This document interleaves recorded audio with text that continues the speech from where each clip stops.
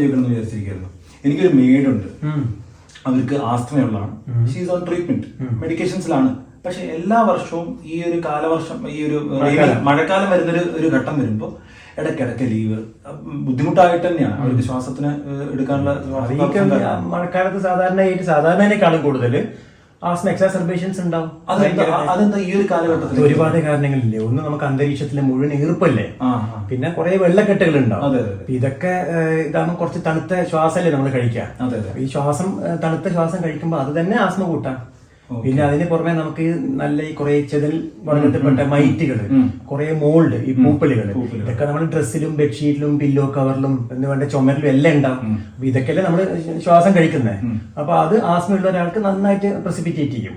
വേറെ എന്താ, ഇപ്പൊ ഈ മഴക്കാലത്ത് നമുക്കറിയാലോ, സാധാരണ കോമൺ കോൾഡ്, ഫ്ലൂ പോലെയുള്ള വൈറൽ ഇൻഫെക്ഷൻസ് ഒരുപാടുണ്ട്. അപ്പൊ അത് വന്നിട്ട് ഇൻഫെക്ഷൻ അടിച്ചു കഴിഞ്ഞാലും ആസ്മ എക്സാസർബേഷൻ വരാം. ഇങ്ങനെ പിന്നെ മഴ വെയില് ഇങ്ങനെ മാറി മാറി വരുമ്പോ ആ കാലാവസ്ഥ വ്യതിയാനം തന്നെ ആസ്മ പ്രസിപ്പിറ്റേറ്റ് ചെയ്യും. ഓക്കെ. അപ്പൊ ഞാനിപ്പോ അവർക്ക് എന്താ പറഞ്ഞു കൊടുക്കേണ്ടത്, അവർ എന്തൊക്കെ കെയർ എടുക്കണം എന്നുള്ളതാണ് ഈ കാരണങ്ങൾ തന്നെയാണ്. അതായത് ഈ ഈർപ്പമുള്ള അന്തരീക്ഷം കഴിയുന്നത് ഒഴിവാക്കുക. ഏറ്റവും പ്രധാനം അടുക്കള, ബാത്റൂം ഒക്കെ ആണല്ലോ സാധാരണ ഈർപ്പം കൂടുതലുള്ളത്. അപ്പൊ അവിടെയൊക്കെ എപ്പോഴും ഡ്രൈ ആയി ക്ലീൻ ആക്കി വെക്കുക. അവിടെയൊക്കെ ഈ മാറ്റുകളൊക്കെ ഉണ്ടാവും.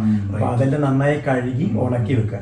പിന്നെ എല്ലാവർക്കും ഒരു സൂക്കടുണ്ട്, നമ്മള് ഈ വെയിലില്ലാത്തതുകൊണ്ട് ഉണങ്ങി കിട്ടാൻ വേണ്ടിയിട്ട് നേരെ ബെഡ്റൂമിലോ ലിവിംഗ് റൂമിലോ കൊണ്ടുപോയിട്ട് വിരിച്ചിടും. അപ്പൊ അത് തന്നെ ഈർപ്പുണ്ടാക്കും, തണുപ്പുണ്ടാക്കി. പിന്നെ ഇത് തന്നെ ഈ ഈർപ്പം വരുമ്പോൾ തന്നെ പൂപ്പല്, ചിതൽ, ഇതൊക്കെ അത് നമ്മുടെ ബെഡിലും പില്ലോ കവറിലും നമ്മൾ ഇരുന്ന ഡ്രസ്സിൽ വരെ ഉണ്ടാവും. ഈ പൂപ്പലും ഈ മൈറ്റുകളൊക്കെ ഉണ്ടാവും. ഇത് പ്രസിപ്പിറ്റേറ്റ് ചെയ്യും. പിന്നെയുള്ള ഈ അപ്പൊ അതൊക്കെ ക്ലീൻ ആക്കിയിട്ട് ആഴ്ചയിൽ ഒന്നോ രണ്ടോ തവണയെങ്കിലും ഈ ബെഡ്ഷീറ്റ്, പില്ലോ കവർ, നമ്മുടെ ഡ്രസ്സൊക്കെ കൃത്യമായിട്ട് കഴുകി അലക്കി ഉണക്കി ധരിക്കാൻ വേണ്ടി പറയാം. പിന്നെ അവർ ശ്രദ്ധിക്കേണ്ട കാര്യം, അവർ ഓൾറെഡി എന്തെങ്കിലും മെഡിക്കേഷനിലായിരിക്കുമല്ലോ അല്ലെ, ഇൻഹേലർ എന്തെങ്കിലും ഉണ്ട്, അത് കൃത്യമല്ല. പലപ്പോഴും ഇവരെ ആൾക്കാർ കൃത്യമായിട്ട് യൂസ് ചെയ്യില്ല. മഴക്കാലമാകുമ്പോൾ എസ്പെഷ്യലി അവരത് കൃത്യമായിട്ട് ഡോക്ടർ പറഞ്ഞ പോലെ തന്നെ ഒന്നോ രണ്ടോ തവണ ഒരു ദിവസം യൂസ് ചെയ്യണം. അതിന് പുറമെ ഈ പെട്ടെന്ന് എക്സാസർബേഷൻ വരുമ്പോൾ അത് തടുക്കാൻ വേണ്ടിയിട്ടുള്ള ഇൻഹേലറുകൾ ഉണ്ട്, റിലീവർ മെഡിക്കേഷൻസ്, അല്ലെങ്കിൽ നെബുലൈസർ ഉള്ള ആളാണെങ്കിൽ നെബുലൈസിംഗ് സൊല്യൂഷൻ, ഇതൊക്കെ കരുതി വെക്കണം പെട്ടെന്ന് വരുമ്പോൾ. പിന്നെ ഈ മഴക്കാലത്ത് നേരത്തെ പറഞ്ഞല്ലോ വൈറൽ ഇൻഫെക്ഷൻസ് കണ്ടമാനം വരും. അപ്പൊ അതിന് മുന്നോടിയായിട്ട് എല്ലാ വർഷവും ഈ ഫ്ലൂ വാക്സിൻ വെക്കണം, ഇൻഫ്ലുവൻസ വാക്സിൻ. അത് വെച്ച ഒരു പരിധി വരെ ഇൻഫെക്ഷൻസ് വഴിയില്ല ആസ്മ എക്സാസർബേഷൻ നമുക്ക് കൺട്രോൾ ചെയ്യാൻ പറ്റും. പിന്നെ പുറത്തിറങ്ങുമ്പോൾ മാസ്ക് ഇടുക, നമ്മളൊക്കെ കോവിഡ് കാലത്ത് ഇട്ടതല്ലേ.